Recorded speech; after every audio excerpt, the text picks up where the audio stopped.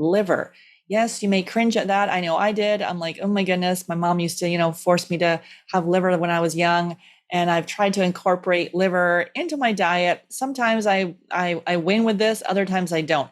We're going to be talking about the benefits of incorporating liver into your diet. And if you don't like the taste, how to incorporate that into recipes, and also another way of getting liver into your diet, and why this is so important for both egg and sperm health. So excited for you to listen to today's episode. Let's go.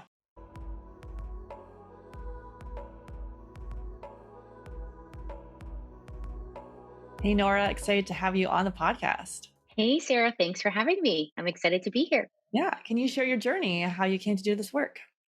Absolutely. So I'm a single 30, almost 39-year-old, and my story coming into this fertility space is I've always wanted to be a mom. I knew this from a very, very young age.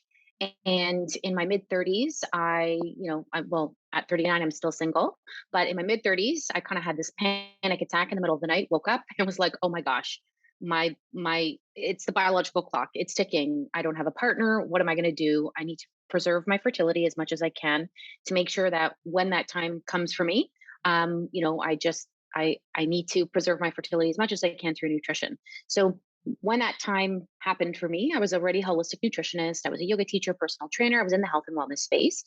So I just thought, okay, this is going to be a no brainer. I'm just going to do a little bit of research and I'll figure out what I need to do just to optimize my diet, some self care activities to make sure that I can optimize my health as much as I can. But as we know, as we started diving into the research, I realized there was so much contradicting information out there.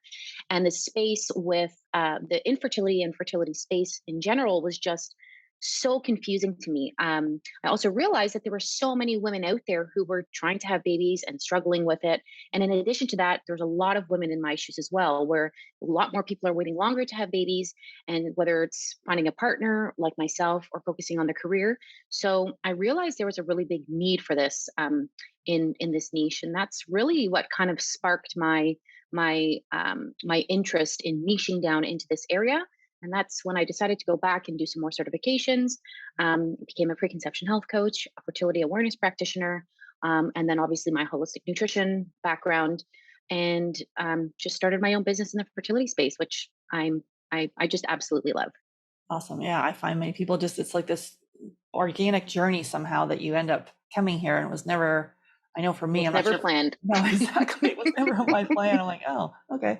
But it's like, yeah, the pain to purpose kind of thing, to be able to then help other people that are, typically struggling like we were. Mhm. Okay. So today we're going to dig into liver. Yum, And we're yum, going to talk yum. yummy liver, which, yeah, my mom, like, so I grew up super healthy. My parents are like vegans, and now they're like in their late 70s, 80s, and the rest of their, not to say I'm a proponent of the vegan diet, but it works for them. The rest of their friends and family kind of in their age are kind of not doing too well, and my parents are quite healthy. So but with that, I remember, like, when I was young, my mom would, this is before she decided she was going more plant-based, pull out the liver and torture us with it, and we had to I eat like it. the way you put that. Torture us with it. Oh, Yes.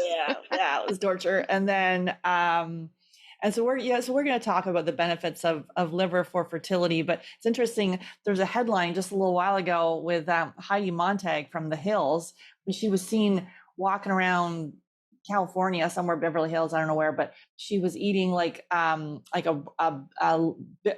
beef liver heart, and then she was eating, it wasn't like it was a bison heart, and she was eating raw liver, like she's walking down the street, and she was on the How fertility was it journey. dried? Was it dried? Like how was No, it she? looked like it was raw, so it didn't look dry. No, What? she had it out of the thing and just chomping away on it. Everything went crazy, and like, what is she doing? And I need to go um find that post. I need to yeah, go read about that. I know. So she was on the fertility journey. She was the one that had all those, that breast augmentation surgery, Yes, and I I remember that remember her now. being like a size F, and I think she had to take them out.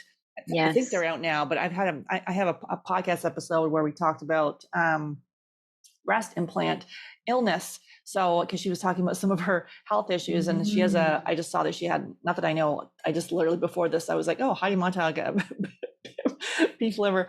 And then she's got a 4-year-old, and I found out that she's just pregnant. So she was doing some of these changes, and everyone's like, I think that the Today Show did a whole article on it, and saying she was nuts, and there's no research that liver can help anything. And they're talking about, obviously, eating raw liver may not be the best idea because there could be some contamination in there. But let's talk about why we feel that liver is actually a fertility superfood, and our take on liver. Absolutely. So I share same sentiments. I'm not a big fan of the taste of liver, unfortunately, but there are different ways to get it in, and we'll definitely talk about that in this podcast at some point. But when I was doing my certification for fertility awareness, my mentor and teacher, who she is a big proponent of liver, and that's when I really got introduced to how incredible this food is for fertility. So if we think about a lot of us don't think about organ meat or even muscle meat as a multi quote unquote like vitamin and mineral. Most of us think when we think of animal protein, we think, okay, we're getting our fat and our protein from there. That's mainly, at least for me, that is, and for most of my clients, that's the case. But when we actually look at liver and the nutritional profile of liver, its vitamin and mineral content actually blows fruits and vegetables out of the water big time. So we like our brain doesn't even go there to think about that. So there are yeah, there's there are so many nutrients that are in liver. Why don't I go through maybe like the top 5 of them? Would you be Yeah, let's okay do with it. that? Yeah. Okay. So the first one, which is the most abundant vitamin in liver, is vitamin A. Now, vitamin A, to just clarify, there are two different types of vitamin A. There is your preformed vitamin A, which comes in the form of retinol, meaning that this is the type of vitamin A that your body doesn't have to convert in the body. Then this comes from the animal source. Then we have what's called the provitamin A, which is like your beta carotene and what you're going to get from plant-based vegetables, which you can find in like your really orange and yellow veggies, like your squashes, your pumpkin. It's got tons and tons of vitamin A. So that's your beta carotene vitamin A. Now, that vitamin A, your body does have to convert in your small intestines, but the conversion rate is actually highly variable from each person to person just due to genetics. And you don't necessarily get as much bang for your buck from the plant based vitamin A that you do get from the retinol vitamin A.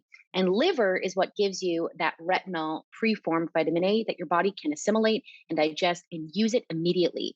And so, vitamin A actually for fertility is so important in the development and quality of your eggs. And not only for eggs, by the way, I just want to put this disclaimer up front. Every single thing that I'm talking about today with regards to the liver and the nutrient benefits are good and be good for your egg, but also just as good for sperm. So remember this. This is not only for the female who might be listening to this, but this is also goes hand in hand for your male counterpart and for sperm production. And there is lots of research and evidence based on this as well. So it plays a crucial role in your egg and your sperm development, as well as hormone production. But vitamin A blows the fruits and veggies out of the water with regards to the amount that is in liver. I do also want to mention because as I was thinking about this too, I know we're talking about liver, but I also just want to maybe make some mention about some other foods that also have vitamin A. Because if you're like, okay, well, where else can I get vitamin A, Nora? You can also get vitamin A from like eggs, including the yolk, meat, other muscle and organ meats as well, and full fat dairy products. So that also includes vitamin A. So you're going to be hear me talking about when I say other food sources as well. A lot of it does come from animal protein, and so animal protein, if your body can assimilate, digest, and do well with it, is actually really, really good for your fertility. Right. All right. Next Yes. one, vitamin D. Vitamin D. Vitamin D is also essential for ovarian function and the follicular development. I like to explain to my clients with vitamin D, it's obviously the sunshine vitamin. We know that when we think about a fruit on a tree, the vitamin D needs to, the sunshine needs to ripen that fruit on the tree. Vitamin D is essentially doing the same thing to our follicles inside of our ovary every time as they develop. So, vitamin D essentially will help the follicular development and the growth of that egg inside your ovary. So that's why it's super important for fertility. And this also comes in high amount in liver, and not only from the organ meat liver, but also in cod liver oil. I know as well. You talk a lot about supplements with your clients. Sarah, and cod liver oil is also another really high content of vitamin A if you're taking that in a supplement form. As well, butter has lots of vitamin D, right? There's not too many foods that have a lot of vitamin D. We get most of it from the sunshine, but butter and egg yolks also have a good source of vitamin D. Yeah, and vitamin D, that's one of our basic supplements for fertility. You want the vitamin D3K2 mix. And we see a lot of people, yeah, with low AMH and high FSH with vitamin D, like in the singles and the teens. And for a functional Whoa, in the range, you want singles. like 60 to 80. So we regularly see it low. And taking vitamin D, you need to measure it and work with your doctor on that because it is a hormone. But our thing, probably same as yours, is like, why is it low in the first place? And I've done many podcasts on vitamin D, but yeah. And you did mention, as we know, in order to get that vitamin D into the bones, we need that vitamin K2 with it. So the cool thing about liver is that liver is already built in with vitamin D and K2, so your body can actually assimilate it just from. This is why it's called that fertility superfood. So it's built into it already. Right. Now, iron next. Iron is a boosts our cellular energy, and it carries oxygen from our lungs throughout the rest of our bodies. When women do get pregnant, iron is a big mineral that needs to be made sure that we have enough of it. We don't want to be going into pregnancy anemic, and then also anemic in pregnancy, because that can have a lot of negative impacts for the fetus. But liver in and of itself obviously has got tons and tons of iron, just like a lot of muscle and organ meat. And about 20% of women don't have sufficient reserves of iron. So I highly recommend for getting your iron tested, just like vitamin D as well. But iron is very high as well in the liver organ meat. And you can also find iron in dark leafy greens, spinach, and other pasture raised meats as well. So I want to talk about folate and vitamin B12, because those two kind of go hand in hand with regards to the liver. Liver is actually one of the richest sources of folate and B12, and both are key in maintaining healthy red blood cells. And adequate folate also helps the production of cervical mucus, and we know that that's very important as well for conception too. So, since most women seek folate in the form of folic acid, because that's just kind of what we're taught from our conventional doctors, this can be problematic, because if you have a genetic mutation in your MTHFR gene, your body might not be able to assimilate the folic acid. And unfortunately, up to 60% of the population actually has this genetic mutation, so this can be problematic. In addition to that, we're finding a lot of foods being fortified with this folic acid. And so it's going to be the same thing when you're eating these fortified foods or taking a supplement that has folic acid, not in the methyl tetrahydrofolate form that we need it. But liver obviously does come, it comes in the methyl tetrahydrate form in liver. And definitely you can be getting lots of folate from your liver. And in addition to that, vitamin B12, ounce for ounce, liver contains more than 200 times more vitamin B12 than muscle meat does. So you're getting tons of vitamin B12 in your liver too. And we see this a lot with the low AMH and high FSH with the MTHFR gene mutation. Oh, there's my dog having Yeah, I was just about to say, a little I see a stretch in the little creepy background. crawler in the back. Like, where's my bone? So Yeah, cute. so we see that a lot. So I've done a whole episode on MTHFR. It's like a deep dive. So if the listener wants to go and check it out, feel free. But basically, yeah, you want to make sure that your prenatal has methylfolate, not the folic acid. And with liver, we get the natural form. Exactly, the natural form. I think about liver as being kind of like a multivitamin in and of itself. Awesome. Choline. Choline is helps increase ovarian function, and it also increases the antral follicle count as well. And so there is at least I've got some notes here on the amount, because I actually have this huge liver handout that actually shows, it compares like kale, carrots, chicken, red meat, and then beef liver, and it has all the nutrients, and you can see how high the beef liver is. So for choline here, it's 426 milligrams for 100 grams of 100 grams of liver, compared to, let's say, from red meat, you're only getting 67 milligrams of choline. So like, I don't know, what's that? How many times more that you get? So yeah, lots and lots of choline in liver as well. And then CoQ10. which is I think CoQ10, the many wonderful people are. antioxidant. Yeah, What's that? I said most people are should be taking or are taking CoQ10 as one of their supplements because it's in all the Exactly. fertility literature and take your CoQ10 to help with both male and female fertility. Exactly, exactly. So CoQ10 is kind of like that popular mainstream antioxidant that I think a lot of people know of, and just like NAC, the NAC and CoQ10 are two very popular ones that I find, or a lot of my community members and clients know about. But this is an important antioxidant that protects the body's tissue from the natural aging process, which then will go hand in hand with improving your ovarian reserve. Right? I mean, as we age, our body's always oxidizing. That's just the natural process of aging. We have free radical damage in the body just from living on planet Earth. There's nothing that we can do to completely eradicate that. So we want to make sure that we're getting foods and nutrition and putting antioxidants into our body to help kind of slow that process down. And really improve our ovarian reserve parameters to help reduce the oxidative damage in the ovary. So lots of CoQ10 as well in liver. What about the thought that we think that liver stores all of our toxins? So wouldn't liver in itself be like this toxic organ, and why the heck would we want to ingest it? I used to think that too, Sarah. Absolutely, for sure. So the liver is it's really important to make sure that you are sourcing your liver properly. Yes, the liver is our major detoxifying organ, but the liver also has so many wonderful health benefits. So when you are sourcing your liver, you want to make sure that you are looking for pasture raised, organic. That's the most important, that they're not being fed additional antibiotics and hormones.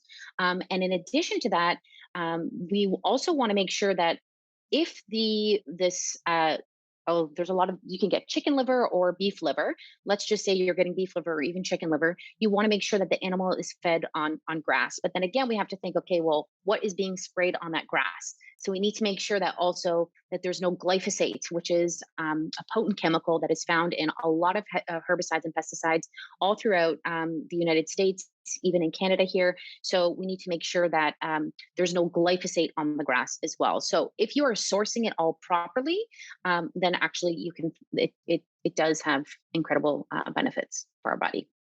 Right. Yeah. So yeah, toxins are clean by the liver, and it's not that they're stored there. So Exactly. filtered. Exactly. Yes. Okay. And so, anything you want to say about vitamin A at all? Yeah, You I want to would go love to.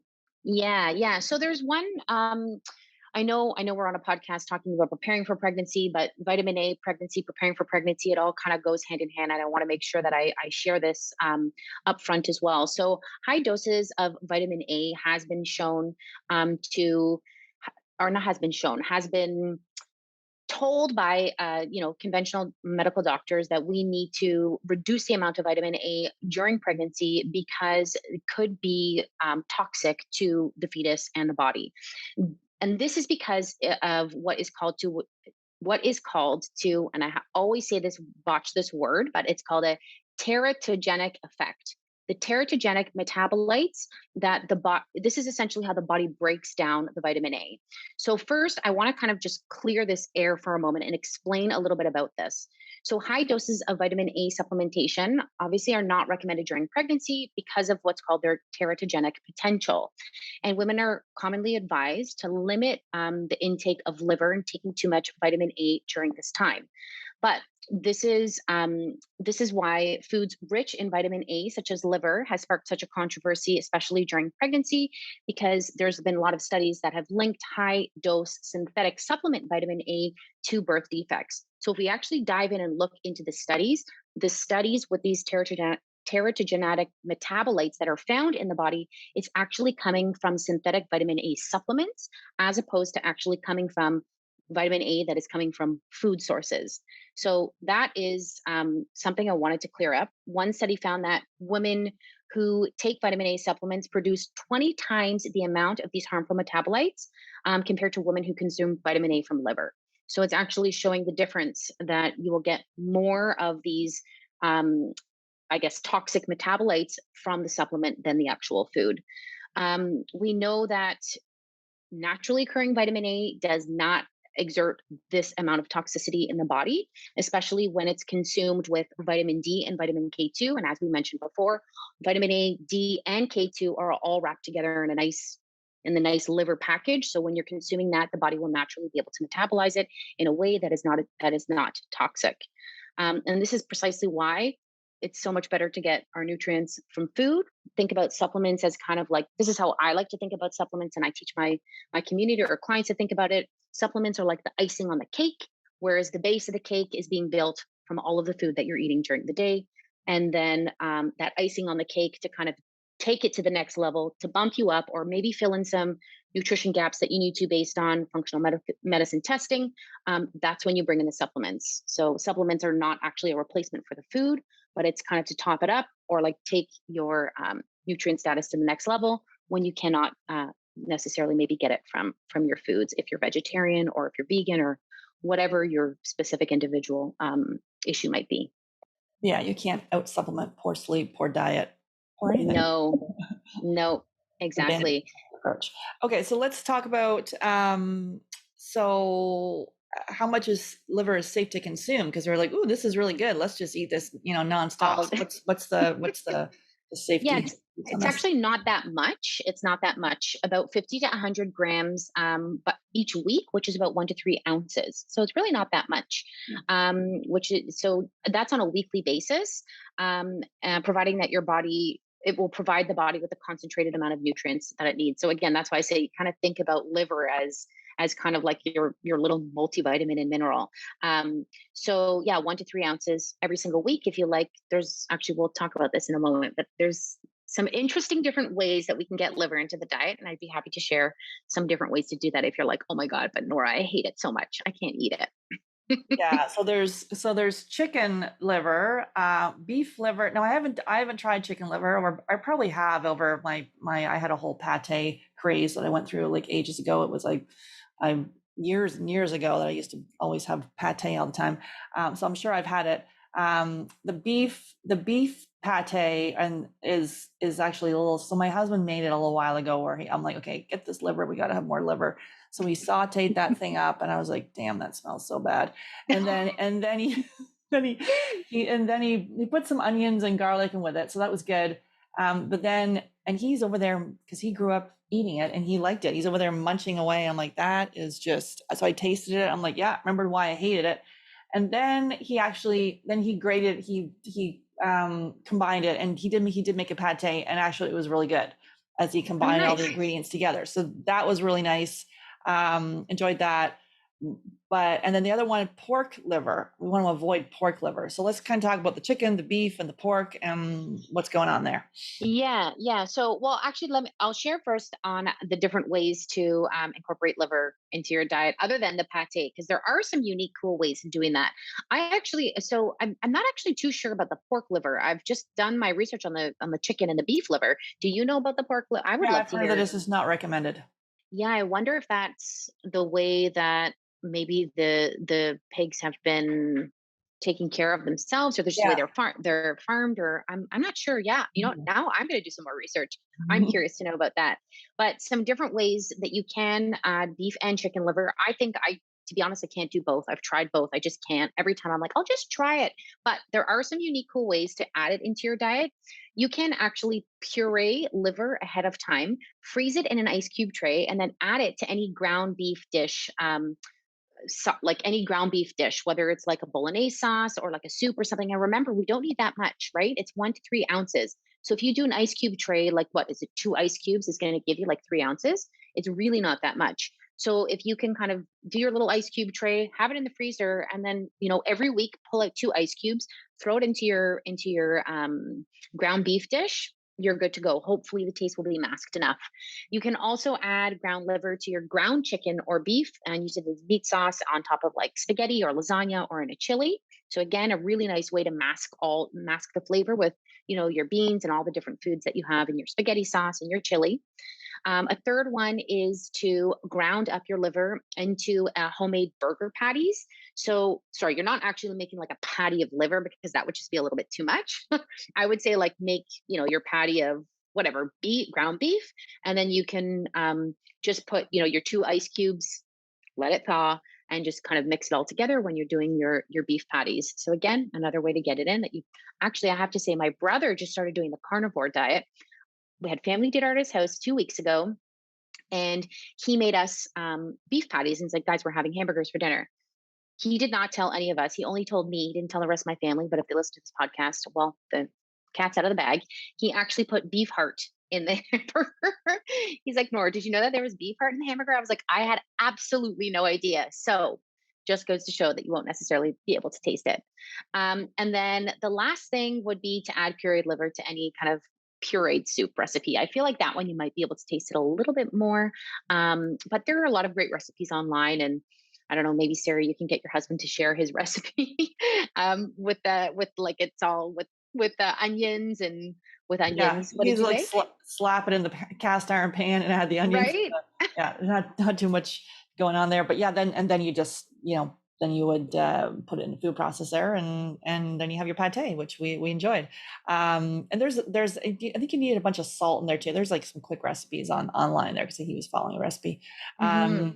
And then with the yeah, and also I've seen to add it to like bean soups. Like we'll make like a white bean and bacon soup. Yummy. You can add it Yum. and there. I shouldn't say we. My husband, he makes that soup. So And so how does he add it? Would it be like the pate that's kind of just like dissolves into the broth, or are you actually like chewing a piece of like a little piece of liver? no, I don't think you're chewing it. No. No, no. So Okay. he hasn't personally done this, but I was just looking at a recipe beforehand where it's like you can add Mm. it to that kind of thing, so it's a little more hearty. I Yeah, it feel is. like now I feel like now liver, and I think this is becoming more mainstream popular. It's been, I think organ meats have been soup. Even if you look all the way back to ancient cultures and traditions and how the women prepared for pregnancy, one of the best things, like, like blood, like animal blood, organ meats, liver, like are so good for fertility. You can see it from like the research way back, but I think we have moved far away from it, at least in North America. It's not a popular food here. I think if you go over to Europe, it's much more mainstream and popular. But I feel like in North America, it's going to start becoming a little bit more mainstream and popular if people are open. Soon enough, you might find, like, how now you can get like broth at the corner store. Maybe soon enough, you'll be able to get your liver pate. Who knows, at the corner store. Bone broth is everywhere in the freezers section. Yeah. Or, I've got a little organic, local organic company that will deliver all these different things to me. I got lard the other day, so that was fun. Amazing, so Um, good. I've done an episode on the AIP diet, the autoimmune protocol diet, and we talked about in there because she did a study with the Journal of American Medicine and Hmm. studied the AIP diet and how it had helped for people with Hashimoto's and with Crohn's.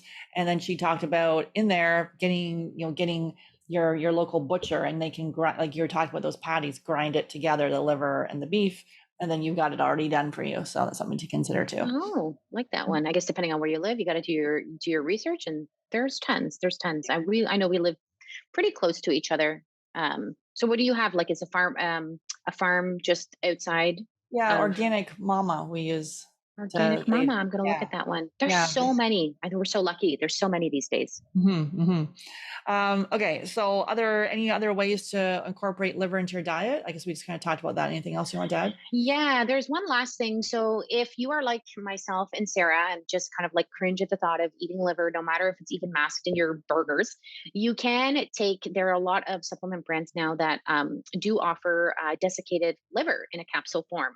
And that's actually currently how I'm getting my liver. In addition to, it's an organ meat capsule that I'm taking that gives me heart, adrenal, liver, kidneys, and I can't remember what the last one is. I know I just told you this before, but I can't remember off the top of my head. But, anyways, they do also have desiccated liver capsules, which are only clean, pure liver in caps, and you need to take about 5 or 6 a day just to make sure you're getting the right amount. That you're getting the right amount. So you can take it in a capsule. You can say, "Phew, thank goodness I don't actually have to taste this or smell it." You can find it there, and if that's the case, you want to make sure again that the supplement company is sourcing the ingredients properly. Again, you're looking for pasture raised, organic. And as mentioned at the beginning, we also want to make sure that the grass that they are eating, that they are pasturing on, is free of glyphosate, of herbicides and pesticides. So, Sarah, I know we were chatting about this before we actually hopped on, but I love there's a supplement brand that I love called Perfect Supplements that I take and recommend to my clients because they meet all these requirements. And Sarah, I believe you also use them too. So We do. um, Yeah, we like their collagen. So yeah, so we'll have a link in there to the supplements for everyone, so you can check that out. mhm. And then, is there anything you're currently obsessed with, be it a book, an app, a documentary, anything you're loving right now and want to share with the listeners? Yeah. Oh, that's a good question. I'm like always. It's just like I'm in my computer, but you should see my table. I've got like books and things everywhere. One of my favorite books, I will give her a big shout out because she has been such a big part of my journey in the fertility space, not only personally but also as a practitioner. And I did my certification with her for the fertility awareness method. It is Lisa Hendrickson's Jack book called The Fifth Vital Sign. It is absolutely amazing. You learn so much about your body in this book, about how to chart properly. You learn about liver in here. She's got everything in there. So that's one of my favorite books. It's my go to. And I highly recommend purchasing that if you want to read more information about it. Yeah, Lisa's awesome. She's been on the podcast a couple times talking about the menstrual cycle, foods to eat, and I think it was egg and sperm health that we talked about. So definitely you can check Hmm. that out. I have her book too. It is great. Yeah, it's great. It's great. And I got access to her for a whole year last year being in her certification. So it was so nice to be able to like Amazing. just soak up all of her knowledge and wisdom. Awesome. And so you have a free offering here for the listeners. So Eat for Your Mm. Cycle, and they can get that at naturallynora.ca/eat. And we'll have that link in the show notes. So what can they expect in this guide? So the way I have my coaching program with my clients is called the Master Your Cycle to Get Pregnant program, and so a big thing that I work on with my clients is teaching them how to master their cycle, understand their cycle, how to improve their cervical mucus, how to understand if they're ovulating, when they're ovulating, using the fertility awareness method. And so that being said, as a holistic nutritionist, I dove deep into all the different nutrients that the body needs at different stages and phases of the cycle because we are cyclical beings and we are constantly changing. Our body's nutrient requirements are constantly changing every week as we move through a menstrual cycle. So the guide is just a one pager. You can kind of print it, put it on your fridge. It's a nice reminder.